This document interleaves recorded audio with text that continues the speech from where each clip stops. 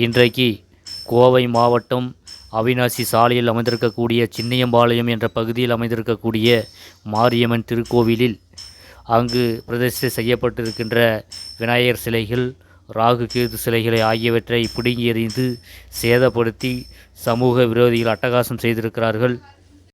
இந்த செய்தியை அறிந்தவுடன் அந்த பகுதியில் இருக்கக்கூடிய இந்து முன்னணி அமைப்பினர், பாரதிய ஜனதா கட்சி தொண்டர்கள் மற்றும் இந்து அமைப்புகள் அங்கு திரண்டனர்.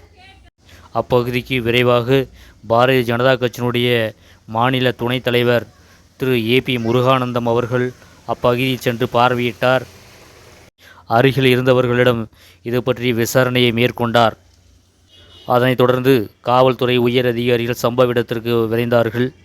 அவர்களிடம் ஏபி முருகானந்தம் அவர்கள் இந்த சிலையை சேதப்படுத்திய நபர்கள் மீது ஏன் இன்னும் நடவடிக்கை எடுக்கவில்லை என்பது பற்றிய கேள்விகளை அவரிடம் எடுத்துரைத்தார்.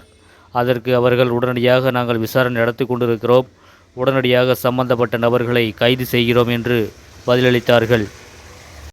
கோயம்புத்தூர் மாவட்டத்திற்கு உட்பட்ட பகுதிகளில் இந்துக்களுக்கு எதிரான சதி வேலை செய்யக்கூடிய நபர்கள் நாளுக்கு நாள் அதிகரித்து கொண்டே செல்கிறார்கள். அவர்களை காவல்துறை உடனடியாக கைது